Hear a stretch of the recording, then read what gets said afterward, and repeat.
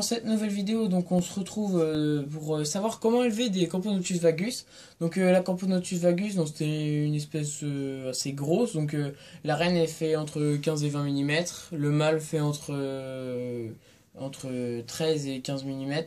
Donc les ouvrières feront, enfin il y a, je dis ouvrières, enfin il y a des majors, des minors, etc. Donc entre 7 et 18 mm. Donc la fondation, donc l'espèce est indépendante et claustrale. La reine elle tient sur ses réserves jusqu'à donner naissance à ses premières ouvrières. Donc moi je vous conseille de mettre la reine dans un tube à essai avec une réserve d'eau. Après donc le nid. Donc le nid il n'a pas besoin d'être blindé. L'espèce ne creuse pas le béton cellulaire même si elle en est capable. Dans la nature elles sont linicoles, mais elles peuvent, dans notre élevage, elles peuvent être dans un nid en plexi, en béton cellulaire. Donc moi, elle est dans un nid en plexi. Mais l'important, c'est de garder le nid au sec. Cette espèce, elle est xérophile et elle a le principal contact avec l'humidité, même si elle s'en accommode facilement. Il n'y a pas d'incidence sur le développement. Donc cette espèce, faut la maintenir dans un nid sec avec un simple abreuvoir dans l'ADC. Maximum 20% de la surface humide si vous voulez si vous voulez humidifier le nid. Après l'hivernage, comme toutes les Camponotus françaises, donc elle est en endogène hétérodynamique. La diapause est obligatoire et déclenchée par l'horloge biologique donc de la fourmi. Un arrêt de la ponte, une stagnation du couvain et une baisse d'activité des ouvrières sont des indices qui permettent de savoir que la diapause approche.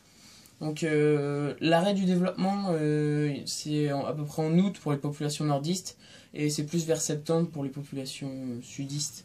Donc l'hivernage s'effectue de mi-octobre à mars à une température entre 10 et 15 degrés maximum. Plus généralement 3 mois de diapause peuvent suffire. Dans l'idéal une baisse puis une remontée graduée de la température est préférable. Donc les larves ayant arrêté leur développement au stade larvaire 2 hivernent avec la colonie. Donc la nourriture. Les Camponotus vagus en termes de nourrissage donc elles sont très simples. La fondation elle veut rarement, comment expliquer, on va dire qu'elle boude rarement les insectes morts et congelés depuis 72 heures. Tels que les mouches, les moustiques ou les petits grillons. Quand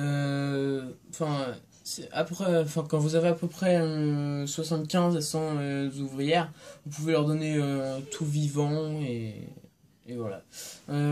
Sinon, elles apprécient les liquides sucrés tels que le lait sucré, l'eau mielée, l'eau sucrée. C'est comment expliquer, c'est à peu près comme les Lassus. Donc les conditions de maintien. Donc il n'est pas nécessaire de chauffer cette espèce. Faut les maintenir à température à peu près à 25 degrés hors période de diapause. Donc ça va leur faire évoluer le couvain un petit peu plus rapidement que si la température est moins basse. Faut compter 25 degrés entre 6 et 8 semaines pour le passage de l'œuf à l'imago, plus de 2 mois pour les majors. L'humidité devrait être très faible, environ 10% de la surface du nid. Donc les généralités d'élevage, donc la Camponotus vagus est une des plus grandes fourmis d'Europe.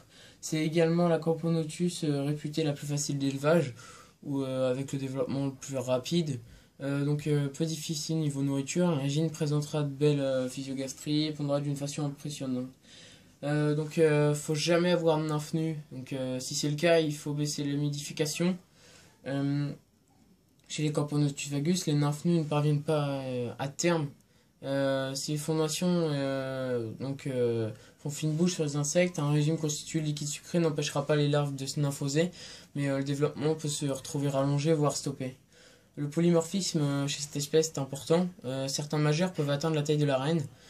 Ces derniers n'ont pas de rôle de soldats, mais ils sortent souvent du nid et ils montent leur mandibule en cas de danger. Donc cette espèce c'est une bonne chasseuse et voilà. Donc je voudrais vous faire une prochaine vidéo donc à Juvisy. où je vais aller donc à la bourse aux insectes. Je serai présent sûrement avec Jotoreptile. Et donc je vous ferai voir un petit peu la salle et les insectes.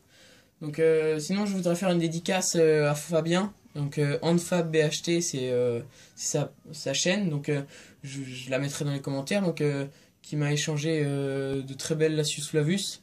Et je voudrais aussi faire une dédicace à Matt Reptile parce qu'il fait de belles vidéos sur les reptiles et les insectes. Et une petite dédicace à Jotoreptile qui fera sûrement une apparition dans une de mes vidéos à Juvisy.